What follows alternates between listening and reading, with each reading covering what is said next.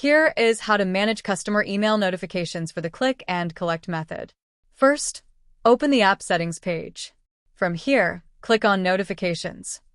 The first two configuration tabs manage the pickup notification for customer. You can update a from or reply email address, upload your store logo, and adjust logo width. The Order Ready for Pickup message automates send to customer when trigger Order Ready for Pickup event. Similarly, the Order Picked Up email automatically sends to after customer collect their items from store. To adjust the text layout, simply click on the notification title to open the standard HTML email template editor. Make your modifications and then click Save. You can also see preview of email, how the template will render on customer devices. The formatting rules apply exactly the same way to the remaining messaging templates. Additionally, you can toggle these switches to completely disable any alert workflows you do not wish to use. By default, all templates are turned off.